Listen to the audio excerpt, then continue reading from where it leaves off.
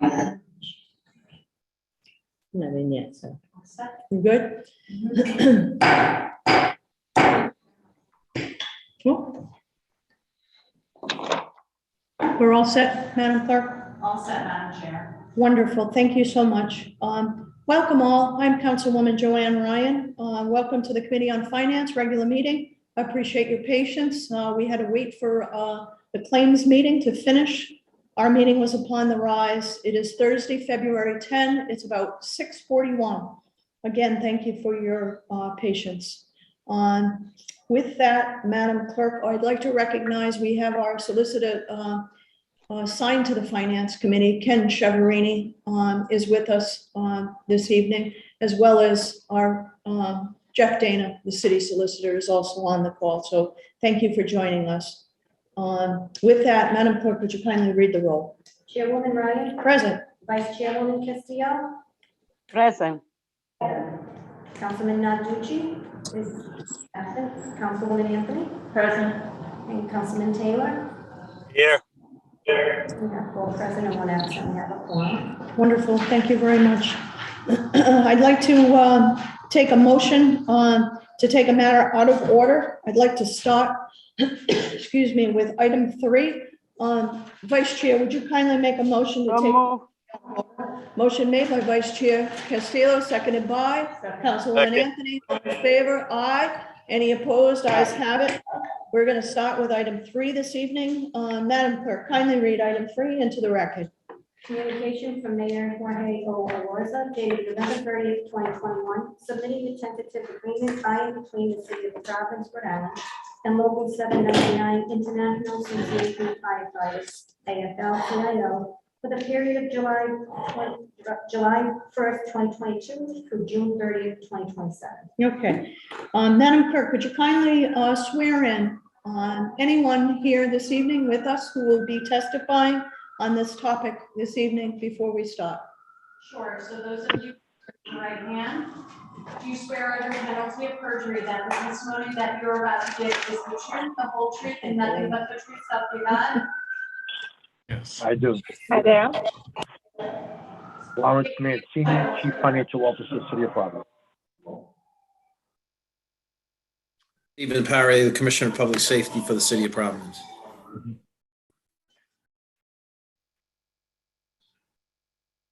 Is that Paris it? Silveria, Finance Director. There you go. Can't do it without Director Crystal Lindberg. Silveria. Thank you. Pardon me, Madam Chair. Crystal Lindberg, Deputy Finance Director. Wonderful. Anyone else? Do we have the union representative here? Is it an attendee? Is he with us? Eric?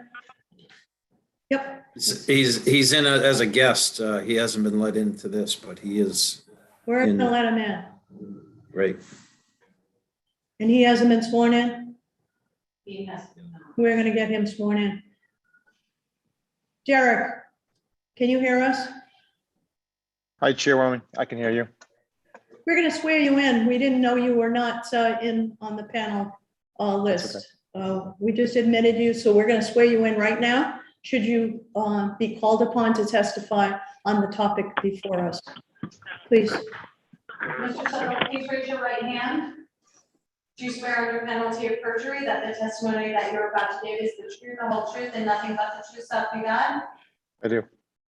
Please state your name and title for the record. Derek Silva, President of the Providence Firefighters Union. Thank you. Thank you very much. Before we begin, I would like to commend Commissioner Parry. I understand you had a tumultuous day today. I can't imagine what the men and women of the Providence Police Department went through. It's absolutely horrifying set of circumstances. And we thank you for your leadership and we thank the men and women of the Providence Police Department for their heroic efforts today. And thank you for being with us tonight, after all that. Thank you, Madam Chairwoman. We are among the very best police officers in this country. They are amazing and they're really true heroes. So I'm honored to be on that team and I thank you for your kind words. Very good. Okay, with that, Chief Mancini, Director Severio, please lead us in your presentation this evening on this contract. Thank you, Madam Chair, members of the committee, and members of the council. Madam Chair, with your permission, I had briefed earlier today and have been briefing, and it would be helpful if we could give a framework to the negotiations that led to the tentative agreement, along with the fiscal note that was prepared by the finance team. And with your permission, Madam Chair, if it'd be possible, I'd like to have Solicitor Dana, if he would be so kind, just to give some structure and framework, and perhaps followed by Commissioner Parry. And then I will provide all of the fiscal activity that was priced and quoted in my fiscal note. I think that's a grand idea. Thank you, Solicitor, Madam Chair. would you like to? Yes. Start? Okay. Yes, Madam Chair and members of the committee. So the primary objectives for this contract were, one, to achieve substantial increase in pension contributions from the members. Second, to shift a higher percentage of the cost sharing of healthcare benefits to the employees. And third, to bring the compensation, and it really was both appropriate and necessary, to bring the compensation of our firefighters more in line with comparable fire departments. To provide some more specific details, currently, approximately half of the members of the fire department contribute 8% of their salary to the pension system, and approximately half contribute 9% of their salary to the pension system. By the end of this contract, all firefighters will be contributing 16% of their salary to the pension system. That is a monumental increase, and we actually find any comparable departments where members were contributing such a high percentage. We continue to trend from prior contracts and also contracts with other collective bargaining units to shift a higher percentage of the costs of healthcare benefits to the employees as opposed to the city. And finally, as far as compensation, at the outset of this contract, our members' average salaries are fifth out of the six largest fire departments in the state of Rhode Island. The comparable department that we utilized, if we hadn't reached a resolution and negotiated agreement and rather ended up in arbitration, the department's salaries that would be reviewed would show that Providence firefighters are not as well compensated as the large majority of firefighters in comparable departments. Again, if we were in an arbitration setting, in addition to other comparable departments in Rhode Island, an arbitrator would typically look at departments in the region such as Fall River, Worcester, Springfield, Hartford, and the current salary scales for our firefighters are below all of those. So in addition to those three primary objectives, there were some operational changes, some of which desired by the union and others by the city. They were the primary goal for those operational changes were not financial in nature, but in aggregate, they do result in some cost savings to the city. At this point, I would suggest deferring to the commissioner to speak as to some of the operational changes that were incorporated into the contract. Thank you, Mr. Solicitor. I'll be brief. A handful of the operational agreements, we still had positions like a carpenter that probably was required back in the day that we made wooden ladders, but it was an existing position. We agreed to transfer that position into an area that we all know we lack, and lack for quite some time, and that is in our training department. We also shifted. We have a supply officer that's been in the contract for a number of years. We shifted that also over to our training. We need to be more robust in our training for our, not only our firefighters, and we've begun that a couple of years ago, but we got to build on it and give training for future leaders in this department. And those moves certainly do that. And speaking about training, we've been fortunate to get grants over the years, both for apparatus and training. We received hundreds of thousands of dollars in training and got all our firefighters trained in various segments. So we want to continue to build on this. And this also in this contract requires those officers, those firefighters that will become officers, lieutenants and captains and battalions, to require that they get the training and they pass the training when they're on the list to be promoted. So that will embed a system to make sure our future leaders have the proper training, something that I think we all agree that's lacking over the years. We have in our fire alarm and communications, we have 5 lieutenants.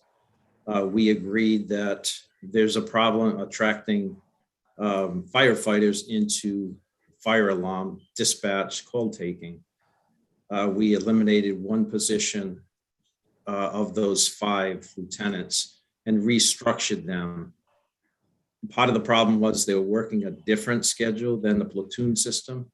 So we aligned 4 lieutenants, 1 on each of the platoons in communications. I think it will attract people to that position. It's an important position in communication.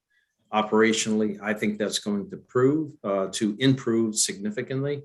And if it does not, the language in this proposed agreement allows the city to go to a civilian for those functions if members of 799 do not bid for a position in communication. Those are sort of the quicker highlights of some of the operational things that I think are needed and will improve in efficiency for the fire department. I'll end there, and I'm sure there'll be other questions, not to take much more of your time on what I see as the highlights operationally. Great. Any questions from committee members at this point? Councilwoman Anthony, please. Thank you so much. Just a question for Solicitor Dana. Could you just talk a little more specifically about the shifting of the cost of the health care to the employees? Well, first of all, the contract switches the employees to a 4-tier system, as we did with the FOP contract. So there's 4 different categories of insurance: individual with children, individual with partner, or full family plan. But in terms of the cost burden change, it's just a matter of higher contributions, higher payroll contributions from members. Now, because being shifted to a 4-tier system, there could be some members that are currently on a family plan that will go to an individual and spouse plan where they would actually have a reduction, just because the costs are being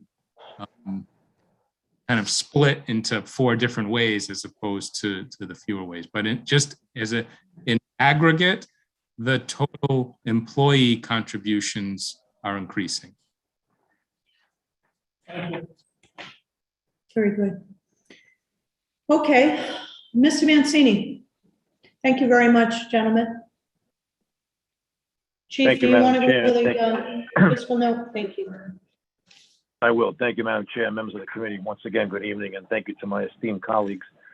Madam Chair, the finance team working throughout this process was able to continuously take the proceedings of the negotiations and continue to price as we typically do. As you heard the solicitor say, the model that was established with the FOP negotiation, ultimately leading to an FOP contract, had three overriding principles. It was meant to give competitive wage reflection to the largest department, in this case, the fire department in the state of Rhode Island, and the department that perhaps is the busiest given the needs of the capital city. Also to shift some of the cost burden from the current workforce, from the current employer to the workforce, and also to seek a significant change, if you will, in pension reform. To the credit of the leadership of Local 799, having witnessed and saw the results of the FOP contract, it was well established early on by the solicitor and the negotiating team that a similar arrangement would be expected. And quite frankly, Madam Chair, members of the committee, I'm quite pleased that the negotiations resulted in what basically today is a doubling of that pension contribution in exchange for the considerations that were granted, not only operationally, but of the contract. It's worth noting, Madam Chair, that the current contract expires at June 30, 2022. This will be a contract that will be with this evening's proceedings out of committee, and then first and second passage by the full council, a contract that will be adopted significantly before the end of the current contract. That might be a first in the city's labor relations in some time. And may I also say that given the size of the contract over 5 years and a wage increase of 4%, which is a modest increase over the current last salary increase of 3.25% in exchange for what is effectively, as I said earlier, a doubling of the contribution.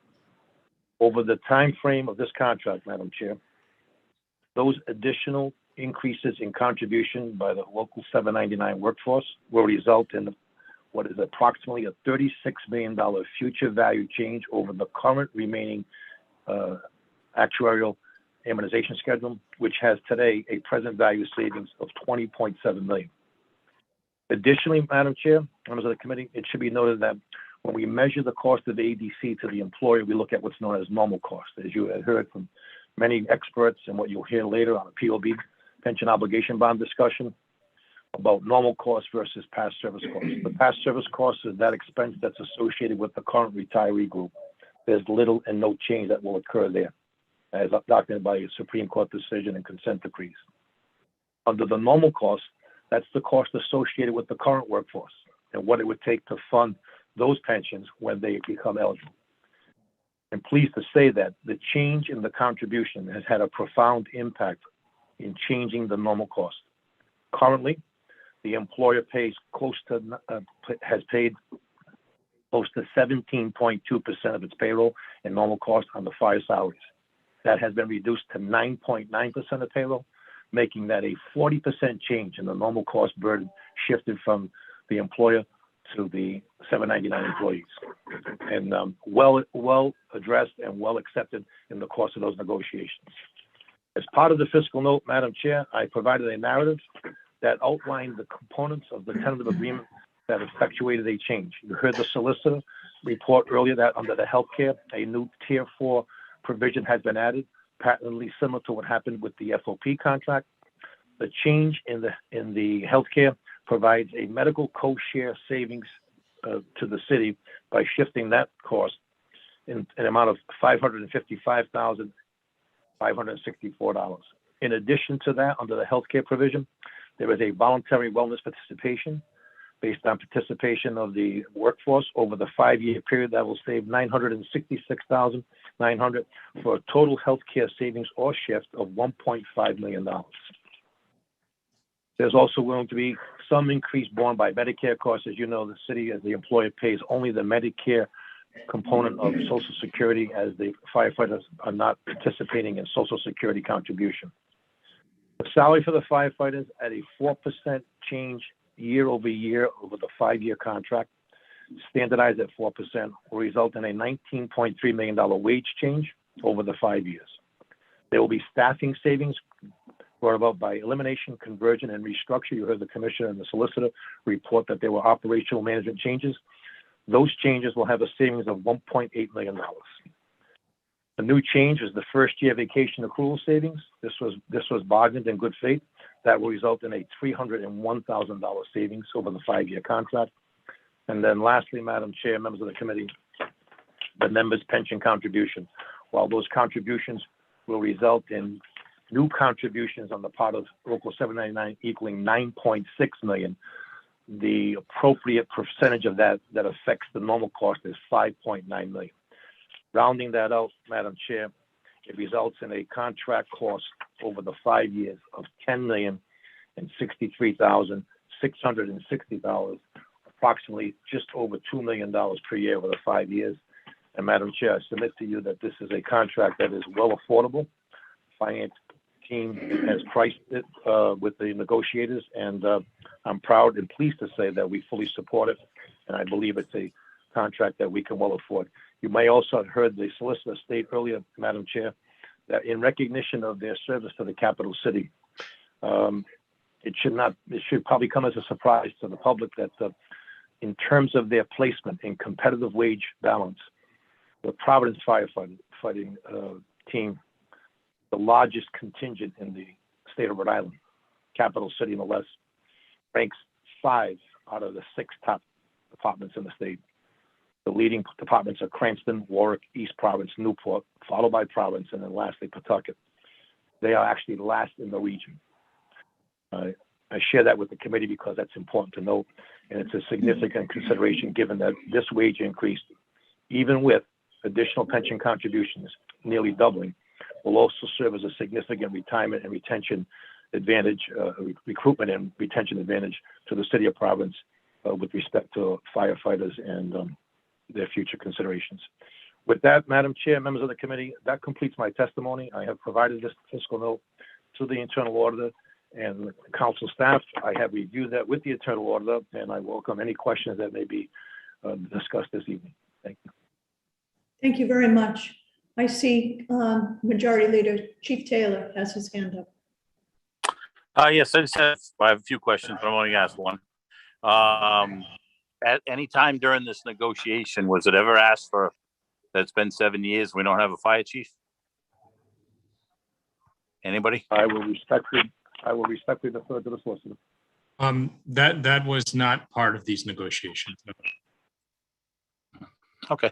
Well, it's again, I'm going to go on record and say that thank God this is the last year. New administration's coming in, and next year I'm looking forward for a fire chief to be placed where it belongs. And I'm very discouraged that again, 7 years later, there's still not even talks of a fire chief. But thank you, Madam Chair. Thank you, Chief Taylor. Any other committee members have any questions?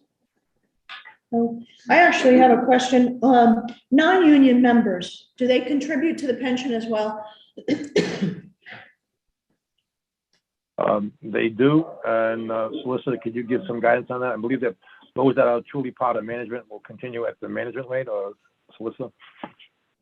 Yes, they Ken, do you chime in on that?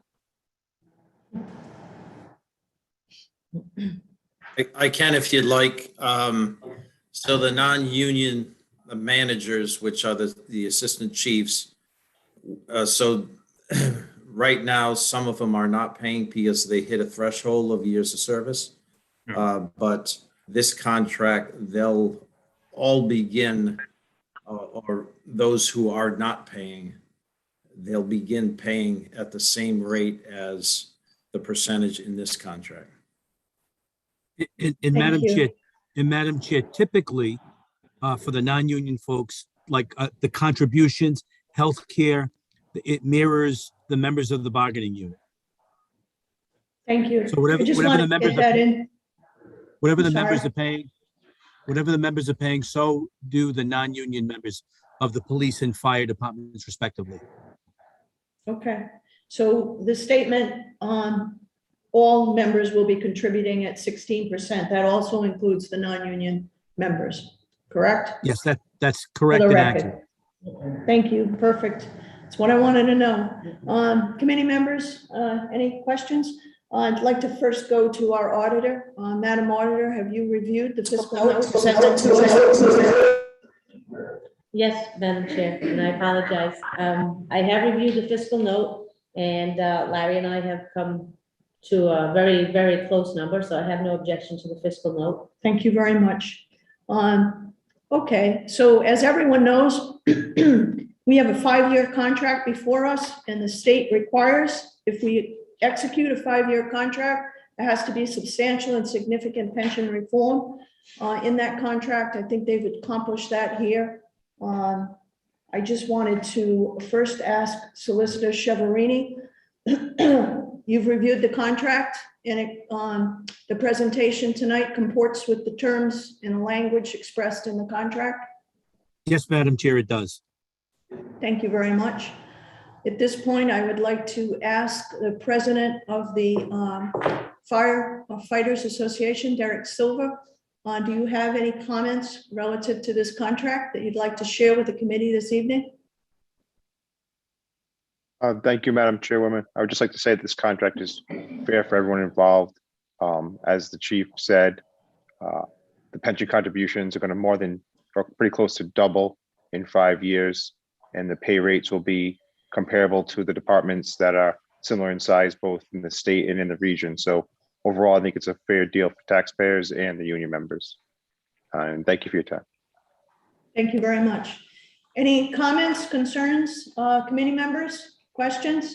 Was that a hand up? That was the hand up. Okay, we have Councilman Anthony. I'm sorry. I'm just gonna say that I wanted to thank everyone very much. You know, I was thrilled to see the increase in contributions and the movement the city is making on addressing our pension issue. I mean, this is a real effort on everyone's part, and it's a necessary thing, and I just appreciate all the parties involved in this. Thank you. I was going to say, I didn't see any parties in here. No.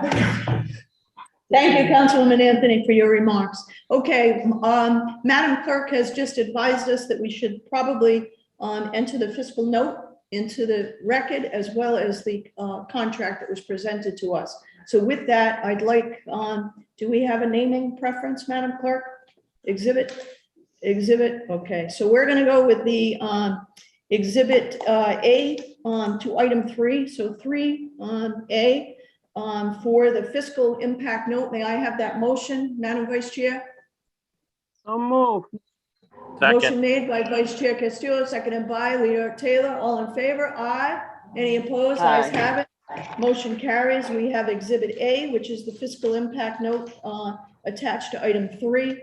I'd like to entertain a motion to make the agreement, which was presented to us, Exhibit B. Taking a May motion. I have that motion? Second. Motion made by Vice Chair Castillo, seconded by Councilman Taylor. All in favor? Aye. Any opposed? Aye. Ayes have it. Motion carries. So 2 exhibits attached to that. Madam Clerk, is there any further direction? We're good? Okay. Okay, with that, I'd like to say thank you. Echo my colleague Anthony's comments. Thank you for the hard work. I know that these are difficult discussions, and I appreciate the hard work that went into this contract, as well as the savings, the bottom line savings to the taxpayers of the city of Providence. And thank you to our auditor. I know she went through it with a fine tooth comb, so appreciate that. Thank you very much.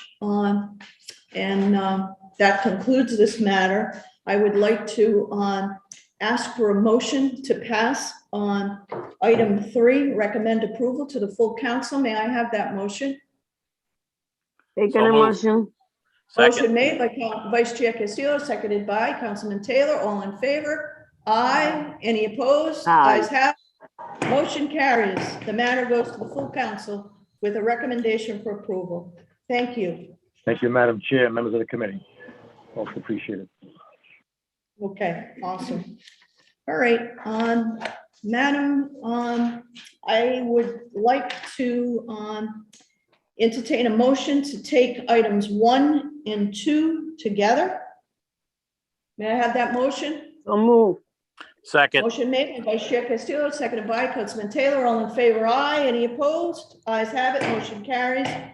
Madam Clerk, could you read items 1 and 2 into the record, please?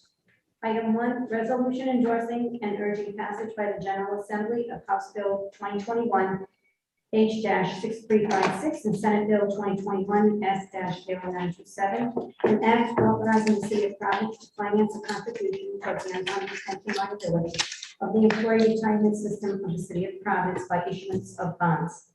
Item 2, presentation and discussion related to the pension working group report.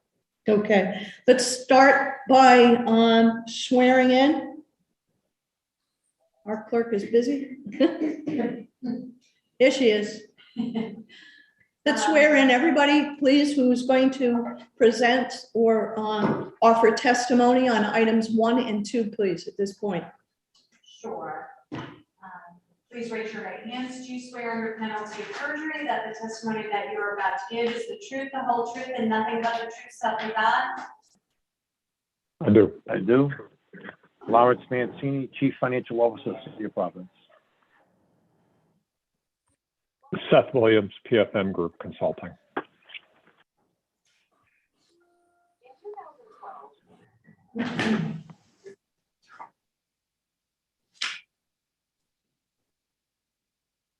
And you're trying to, okay.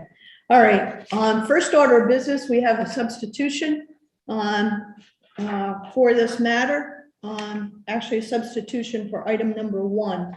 So I'd like to entertain a motion to accept substitution for number 1. So May I moved. have a motion? Motion Second. made by Vice Chair Castillo, seconded by Councilman Taylor. All in favor, aye. Any opposed? Ayes have it. Motion carries. Okay, we have a substitution. All right. I think we should get right into the substitution. Let's show that on the screen.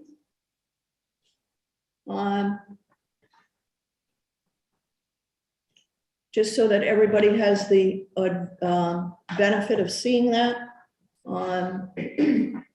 I'd like to, Madam Clerk, could you kindly read that? Is that possible? Absolutely.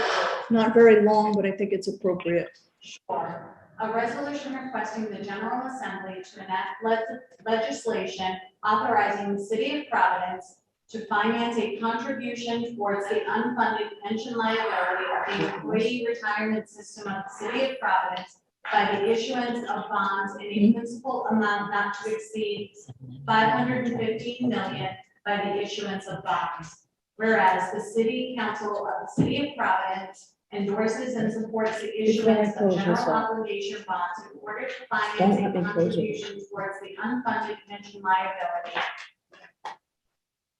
of the employee retirement system of the city. And whereas special legislation approved by the General Assembly is required in order for the city to issue bonds for that purpose. Now therefore be it resolved that the City Council hereby requests that the General Assembly enact legislation authorizing the city to issue general obligation bonds to finance a contribution toward the unfunded pension liability of the employee retirement system of the city. Be it further resolved that the City Council support for such general obligation bonds is contingent upon the following financial guardrails being implemented for the life of such bonds. 1, the sum of the pension obligation bond payments and the city's actuarial determined contribution, ADC, shall not be less than the fiscal year 2022 ADC of $93.1 million annually for the first 10 years of the bond. 2, the city shall not close any pension obligation bonds without city council approval, and such bonds shall not have an interest rate in excess of 5%. 3, the expected annual rate of return shall not exceed 7%. 4, the salary scale shall not exceed 3% for the current actuarial experience study. 5, the city shall make 100% of its annual ADC payments. Be it further resolved that the city solicitor, working with bond counsel for the city, ensure that the appropriate legislation is submitted in a timely manner to the Rhode Island General Assembly. Be it further resolved that the City Council is fully committed to pursuing all available pension reforms in order to address the unfunded pension liability of the city's employment and retirement system. Be it further resolved that this resolution shall take effect upon passage. Be it further resolved that upon passage, copies of this resolution be transmitted to the Senate President, the Speaker of the House of Representatives, and the members of the Providence delegation. Perfect. Thank you very much, Madam Clerk. Okay. Madam Chair, Yes, sir. I just want to point out the next to the last sentence, I believe that should be not employment system, city retirement employee system. If you could scroll down again.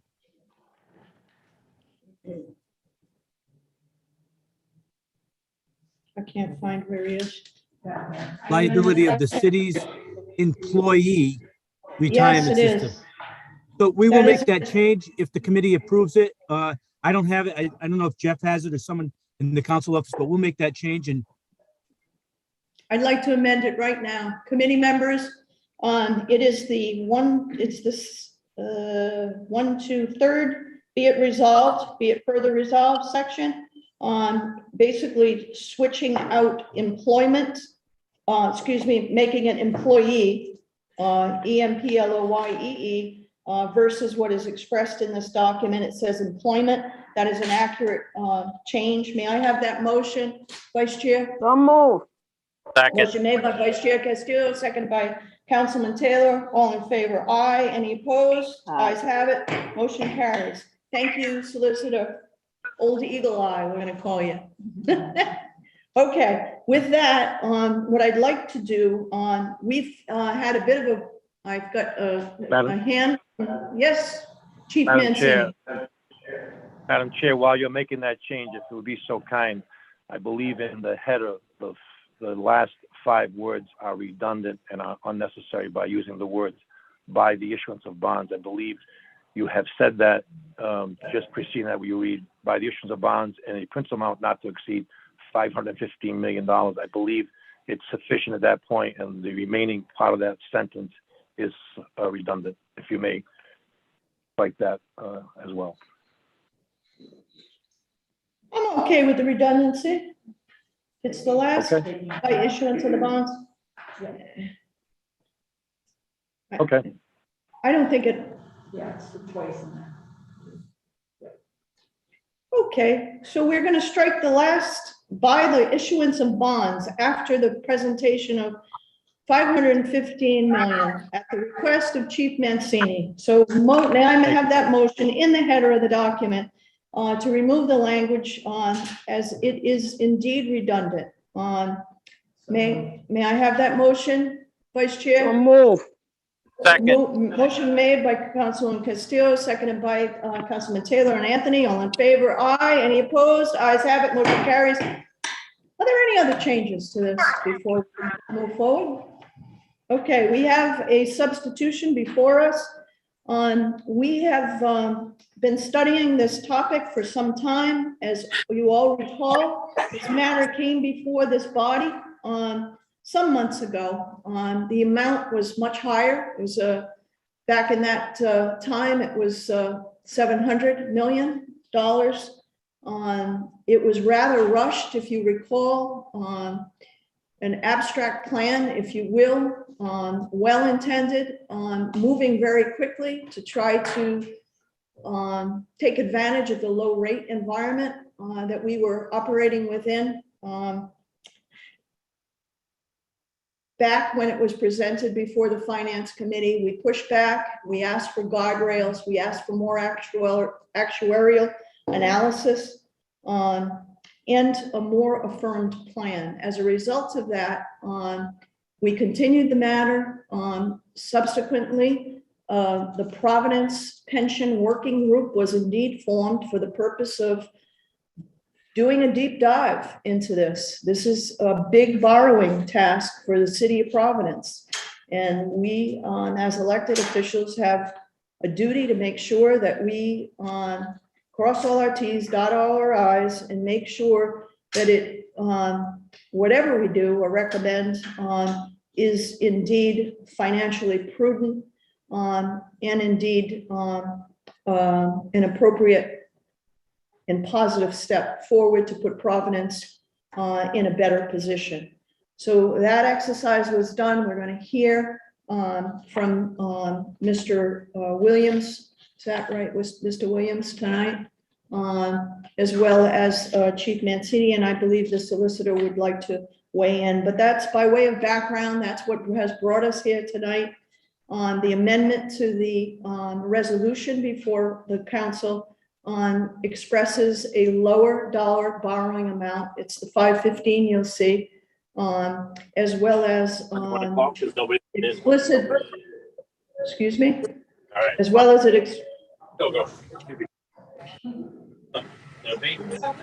okay, please put yourself on mute if you're not presenting right now. Folks, we're getting some. She's sitting at her bowl, we food then. Chief Taylor, could you please mute yourself? He's up top, third one down. Okie dokie. All right, so in addition to the reduced borrowing amount, we expressed guardrails. Many of these guardrails were presented by,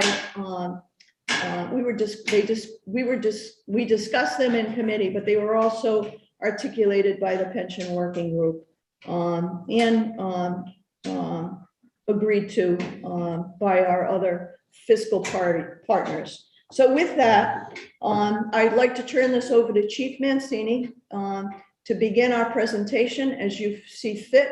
And I think we can take the document down so that we can see each other's faces at this point. All right, wonderful. Okay, Chief, take it away.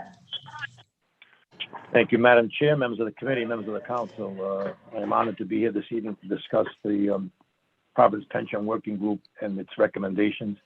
In a minute, you'll hear from Mr. Seth Williams, a noted managing director of PFM Consultancy, has assisted the city in multiple projects over the past 8 years. I would say that, Madam Chair, I join you in your embrace of this new round of discussion. When we came before the council initially, when this transaction was first conceived and proposed last spring, while I admit that it appeared to be somewhat hasty, it was intended to be discussed as best as we could. We took that advice of the council and the administration, and the council and the administration formed a collaborative working group with outside stakeholders, prominent individuals and their organizations within the public interest groups. Rhode Island Public Expenditure Council, Mr. Michael DeVies as its president, the Greater Providence Chamber of Commerce, Ms. Laurie White as its president and CEO, and the Downtown Foundation, headed by Mr. Cliff Wood.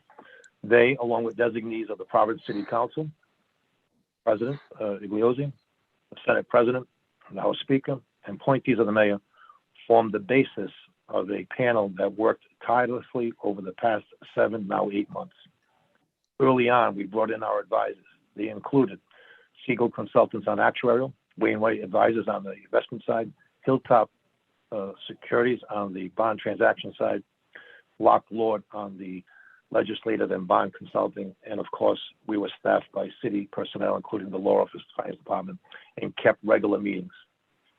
That process culminated in a report that was generated by the working group, and Mr. Williams acted as facilitator, capturing that knowledge and comments and recommendations. And I'm proud to say once again that it took that effort, collaborative effort, which was released on Monday, January 31st. You, Madam Chair, and your leadership team, along with President Igliozzi, saw fit to have us come before the council as a whole last week. A very important first step, and I'm very pleased and proud that sponsors Councilman Helen Anthony, and Council Pro Tem Pedro Espinal, who served on that commission, were willing to do that, and it was a good moment in my view. Before I turn this over to Mr. Williams, he's going to give an executive summary and discuss the recommendations. I will say that this is something that's important. Under the current amortization schedule, Madam Chair, we are only 24% funded. Should we conduct a $500 million transaction, it would bring us to an immediate funding level of 56%. The standard of actuarial science suggests that safety occurs at critical status between 60 and 80%, the achievement of getting to 60%. The original conception of 700 million was designed to put us at 60% or greater, depending upon market fluctuation. We realize that we can live with a smaller transaction, but one that is still worth it. Under that premise, if 60% is considered minimum safety standard, we do not get to 60% funded under the current plan without a pension obligation bond borrowing until the year 2035, at which time the annual payment, the ADC, will be 182,900,000 compared to today's 93 million. With the pension obligation bond funding, we will achieve 60% funded in the year 2026-2027 with a payment of 99.8 million, a significant and sizable funding mechanism, as well as a significant and sizable annual payment savings. So with that, Madam Chair, I leave that framework to be considered as you move through this process this evening. And without further ado, I would like to have your blessing to introduce Mr. Seth Williams from PFM. Mr. Williams. Please. Thank you. Thank you, Chief Mancini and Chairperson Ryan, members of the committee. Thank you for your time this evening. It's good to be with you again. My name is Seth Williams. I'm representing PFM Group Consulting, and I had the pleasure of facilitating the report process for the pension working group, and I'm pleased to provide an overview of the working group's findings and recommendations this evening. To be clear, while I've been asked to present the report on the working group's behalf, the report is the result of significant work and discussion by the working group itself. It's acceptable to the chair and the committee. I will focus my overview on the executive summary of the report in a similar manner to the overview I presented to the Council of the Whole 1 week ago. That's absolutely acceptable. Thank you. I will share my screen if that's okay. Yep, please do.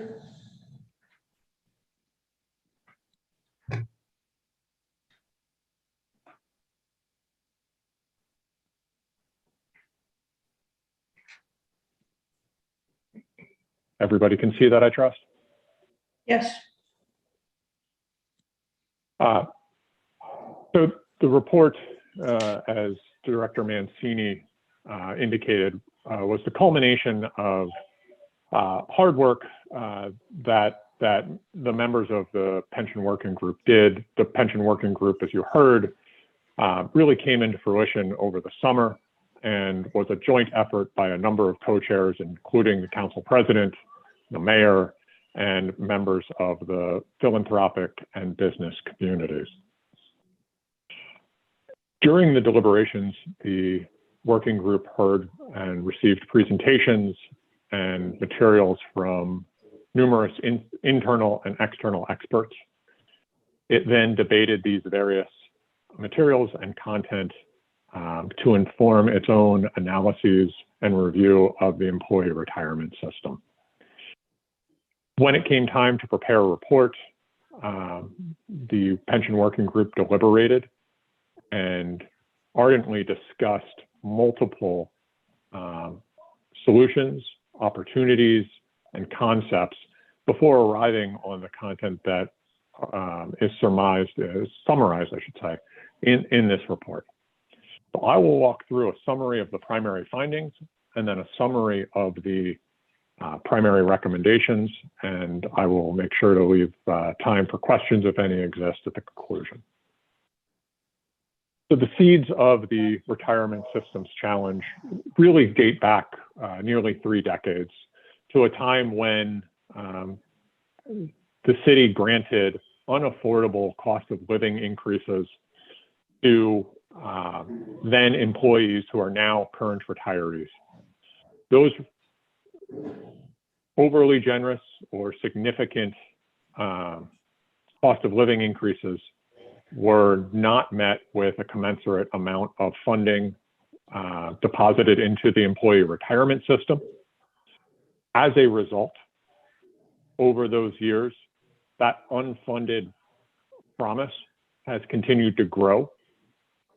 And to this day, now the city has an unfunded liability of well over $1 billion.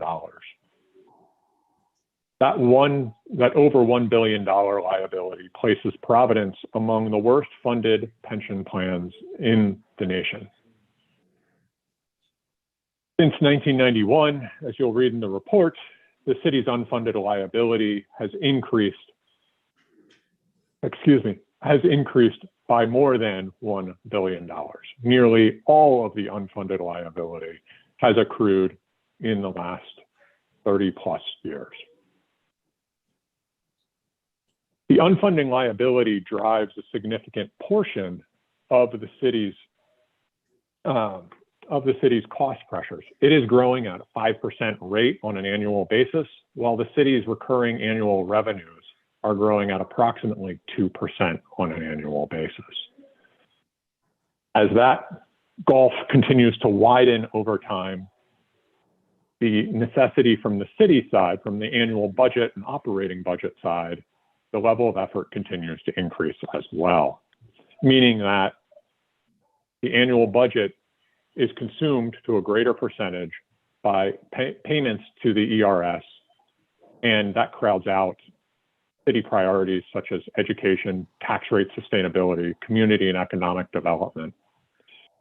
It also places a greater burden on taxpayers at present and in the future if left unaddressed. Currently, if you take the unfunded liability, total pension liability, I should say, I apologize, and divide it among Providence residents, it equates to approximately $8,500 per resident. More than $6,600 of that $8,500 is not funded. And alone in the last 20 years, that amount has increased by $4,400.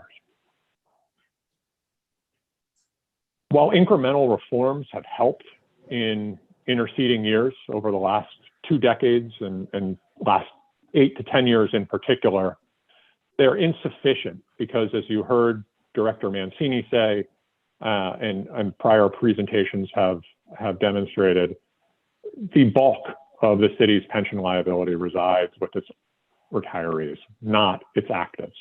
And the city is to be commended for taking actions along with its partners in labor to take actions to address the normal cost side.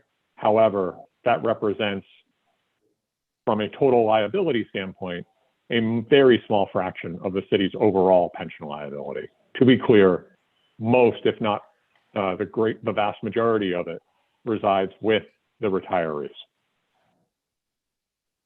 As a result of the majority residing with the retirees, the city has a limited set of options. And as the working group deliberated potential solutions and options to address the city's pension crisis, it quickly settled on the fact that there were only a handful, and that a very limited handful of options that present to the city. First, and chief among those reasons, as I mentioned, is that much of it resides with the retirees, and the Rhode Island Supreme Court issued a series of decisions that essentially curtails any ability of the city to take action in pension reform for retirees. Second, as I noted, making changes on the normal cost side for current employees are helpful, but not the driver of the challenge. And third, other significant and sizable solutions are not readily available or politically or policy-wise prudent to advance this issue. However, the work group was incredibly clear. Doing nothing is not an option. Going forward, the city needs to take serious action, and the work group then set about identifying opportunities and recommendations to address the challenge within the constraints that the city faces. To be clear, there aren't any simple fixes that will resolve a 22% funded pension system. There are a series of actions and commitments that provide a path forward, and the work group set about identifying such a path. First, among that path is that bankruptcy is not an option. The committee, excuse me, the committee was, the working group, I should say, was very clear that it does not see bankruptcy as a prudent, responsible, or viable option for the city of Providence. They support this for several reasons. First, the city of Providence is not on the brink of bankruptcy, is not on the brink of insolvency. It can pay its bills and in fact has weathered the COVID-19 pandemic in strong shape. It has closed historical deficits. It has seen rating agency upgrades and outlook revisions. That is not a city on the brink of bankruptcy. However, left unabated, the pension system does push the city towards a brink of budget unsustainability. As a result, while bankruptcy is not an option, the working group recommended that the city should request authority and permission from the state legislative body and voters to authorize up to $515 million to be deposited into the employee retirement system via a pension obligation bond. So long as, and this is an important caveat that the work group is very clear to note, so long as advantageous conditions are met and guardrails are adhered to. The committee lays out a series of guardrails within its recommendation that the city should never pay less than it does in the first year, that it will not take a discount on monies going into the pension system, that it should only happen if the interest rates are advantageous to the city over a long-term period, that there be thoughtful and prudent advice and analysis along the way, that there be transparency among the fiscal impact and financing schedule associated with any such transaction, and that those guardrails serve as not an optional recommendation, but as a critical and required condition of work group support for this process. Third, the work group recommended that merely depositing a sizable chunk of money into the employee retirement system alone is insufficient to solve the long-term financial challenges of the employee retirement system. Rather, that a deposit of revenue must be met with continued and concentrated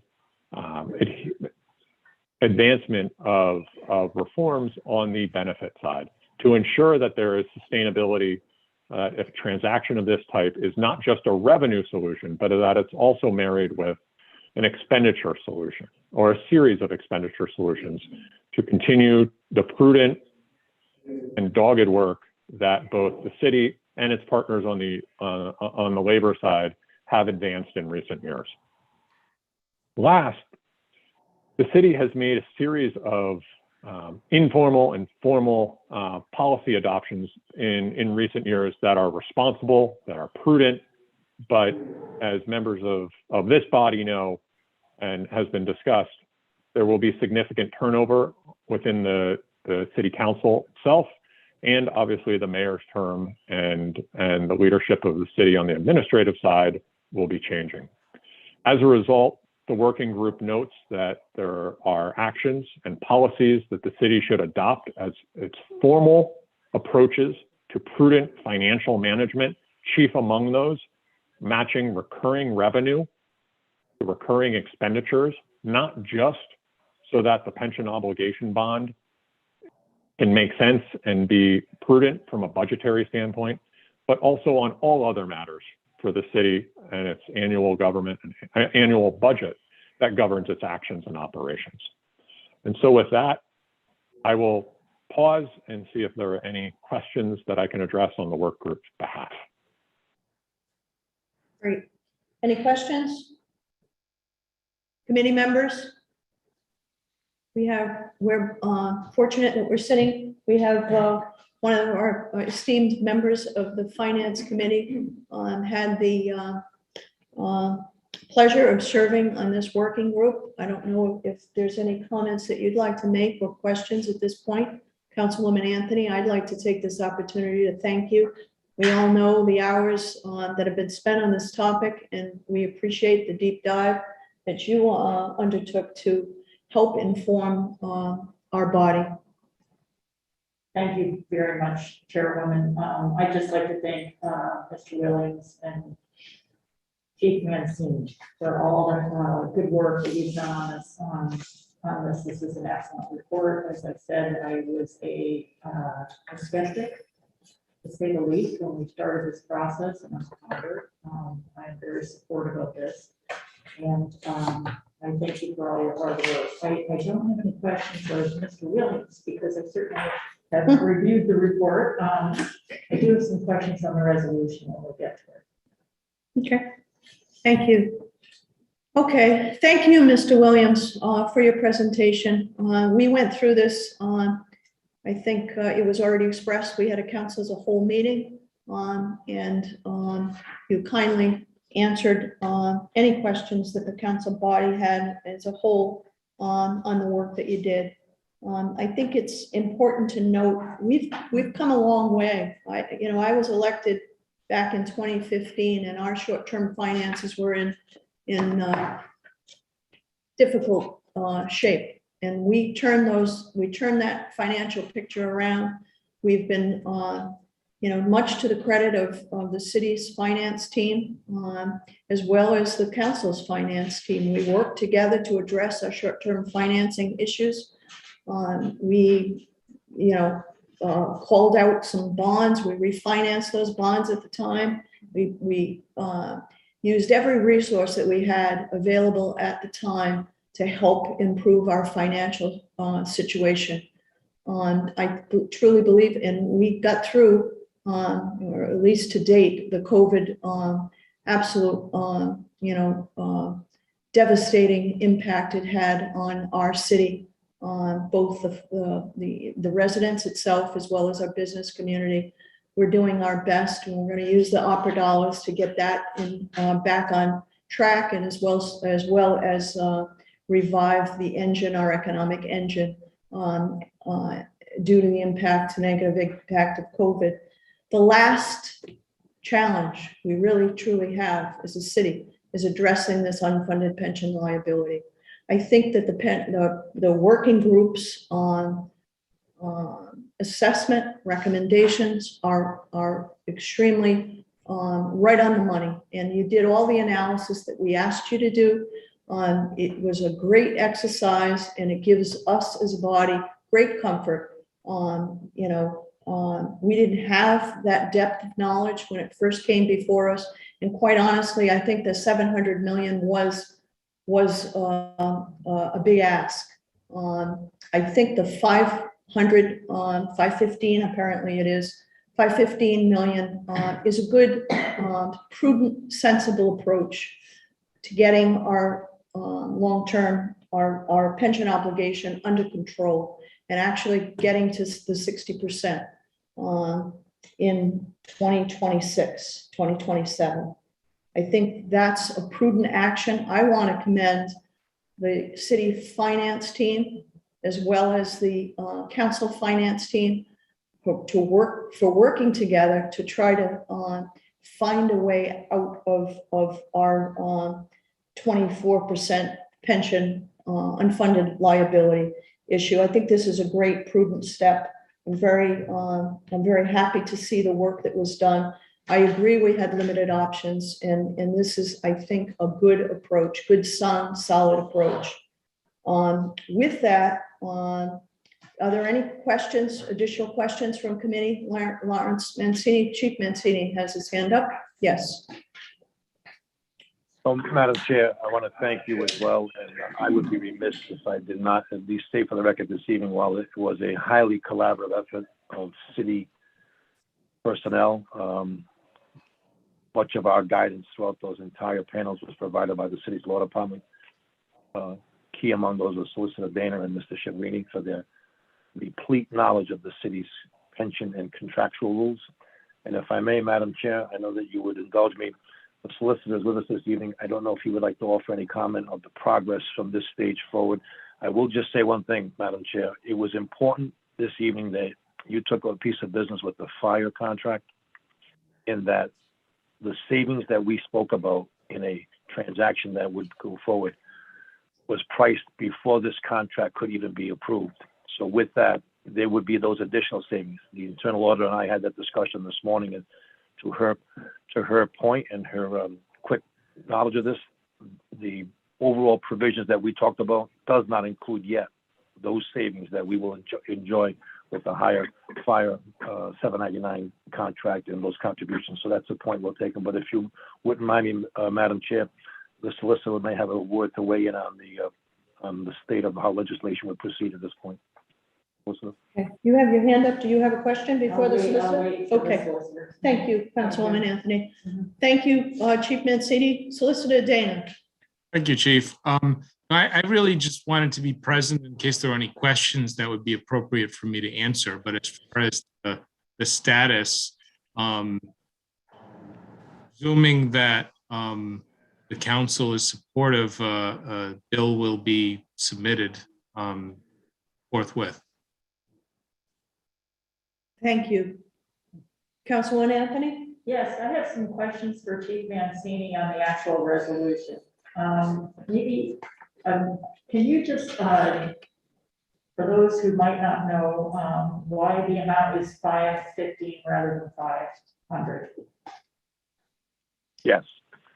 So all of the pricing, Madam Councilwoman and members of the committee and members of the council, all of the pricing was done on the notion that would it be as much as 700 million, would it be as low as 300 million, and what would be there for the optimum deposit amount, and that number was 500 million. In any transaction of any bond underwriting and bond issuance and closing, there are in effect bond closing costs, underwriting costs, and what's known as cost of issue. Obviously, relative to the size of the bond is relative to the size of those costs, and so to be prudent, outside counsel and bond advisors had suggested that at maximum you might need to authorize a borrowing of 515 million, so that you would result in a $500 million net proceeds deposit, as all of the conversations and the work of the pension working group had been indicated. So that's the reason for the change, the difference. I appreciate that because the language is 500 deposited into the account. So I was just wanting That's to correct. verify. The other things, I have questions under guardrails.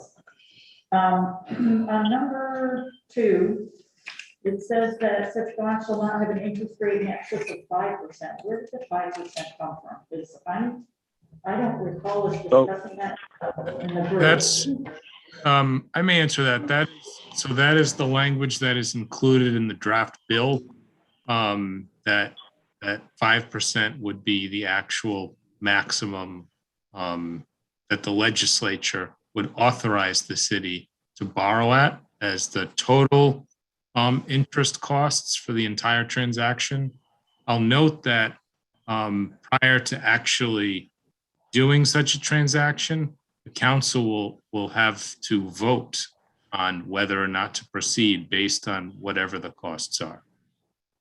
Because in committee, I think in the working group, and we certainly never, we discussed maybe a 2.5 to 4.25, but certainly never 5, because the return on that would be small, in my opinion. Yeah, if I may, Solicitor and Madam Chair, Councilman, as I recall in the committee proceedings, the transactional estimates was predicated on rates that were projected last spring, I think in May, at a range between 3.85 at the best and 4.39. As it turns out, that 4.39 rate had held pretty standard throughout the calendar year and also during the course of the proceedings of the working group. You may be seeing some uptick now as we turn the corner into 2022 with some market volatility. And let me say this here, that even I think today you might see rates that, bear in mind, this would be a taxable issue, not a tax exempt. That carries a little more interest charge. And you've seen today even upwards of 2 to 30 basis point changes in the market in some markets, not quite here. I believe the working group did discuss the ability to say what would it be the maximum? I want to remind the committee that there was a Boston College study, and Madam Chair, I believe that document was submitted way back in last spring as one of the exhibits that was done in 2014 that indicated that when pricing a transaction of this type, that at minimum there should be 180 basis points advantage to consider that an economically viable transaction. That would be the difference between the bond borrowing rate and what the rate of return is expected on the pension plan. So consistent with that, I think that is a good guardrail because we could have approval at 4.39, and then the day you go from pricing to closing, the rate could change by minimal basis points. If it changed to 4.45 or 4.50, you would be prohibited by bond counsel and underwriters from closing on that bond issuance because your governance restricted it to no greater than 4.39, where in fact at 4.5 it would make a slight difference. In fact, I priced today, if the rate was to change to 5%, a 60 basis point adjustment on the size of this transaction, it would have about a $1.2 to $1.3 million interest change per year over the course of that bond, which on the size of $500 million, and given that we are not taking a shorter payment, we're insisting on holding the payment at $93 million and going forward. I think it's prudent to at least have that guardrail given the ability. And I want to point out, as the solicitor pointed out, and as outside bond advisors pointed out, no transaction of this type can occur without the Providence City Council approving the transaction. You are the last step in any transaction, notwithstanding authority given by voters or General Assembly. And that's why I'm not gonna be upset about that, because I know it does have to come back to us. So I know it's up to, not in excess of 5%, but I just have to ask where that figure came from. And then number 4, could you explain number 4, the salary scale should not exceed, I'm just not sure exactly what that means. Yeah, so in the course of preparing the annual pension valuation, the outside actuarial uses what's known as a wage inflation factor, and they had already prepared the 2020 valuation, which was the basis for consistency in pricing the bond transaction. When the bond transaction was projected, they have to start with a premise of what will the pension payment be under the most recent valuation, and that most recent valuation used a 3% wage inflation rate. Thank you. Thank you. Madam Costa, you have your hand up? Are you all set? Councilman Anthony? Thank you so much. Thank you for those questions. Councilman Anthony, I just want to let you know on that 3%, that was what the city agreed to as far as the assumptions in the experience study. It was 3.5%, but the city opted to go down to 3%, and it does have a savings in the ADC as you decrease. So to hold that to that number, that means that we have to stay at 3%. It was a choice that we made. Thank you. Thank you, Madam Auditor. I appreciate that. A financially prudent choice. Thank you. Thank you for that explanation. Any other questions, committee members, council members? I don't think we have any. Okay. Any other thoughts that you'd like to leave us with, Chief, or Solicitor Dana, or Mr. Williams? Madam Chair, I would just say on behalf of the city administration, finance team, and the law department, and working collaboratively with your financial advisors in the council, we are proud to say this evening that we welcome and we appreciate the support of the council. It puts us in great stead as we move forward to the next level of the General Assembly. It shows that there is unity amongst us, and I think it'll be received beneficially. So thank you for this opportunity. Thank you.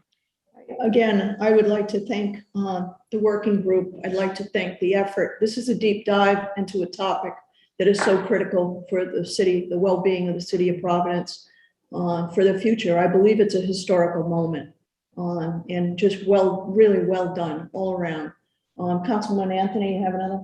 I do just have one more thing to say, and thank you so much, Chairwoman.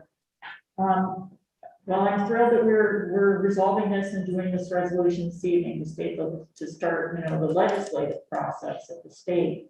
There's going to be a need for a great deal of community outreach so that we can make sure that our residents who are going to vote on this issue are educated and understand, like we do now, what we're proposing. So I'm looking forward to receiving a very robust community outreach schedule that we would be embarking on, I think, immediately.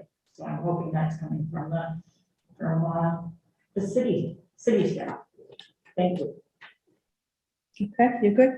And to your point, Councilwoman Anthony, I think this working group report is really well done and identifies all of the critical components of the decision-making on this topic. So I think that this will be well read and well used going forward.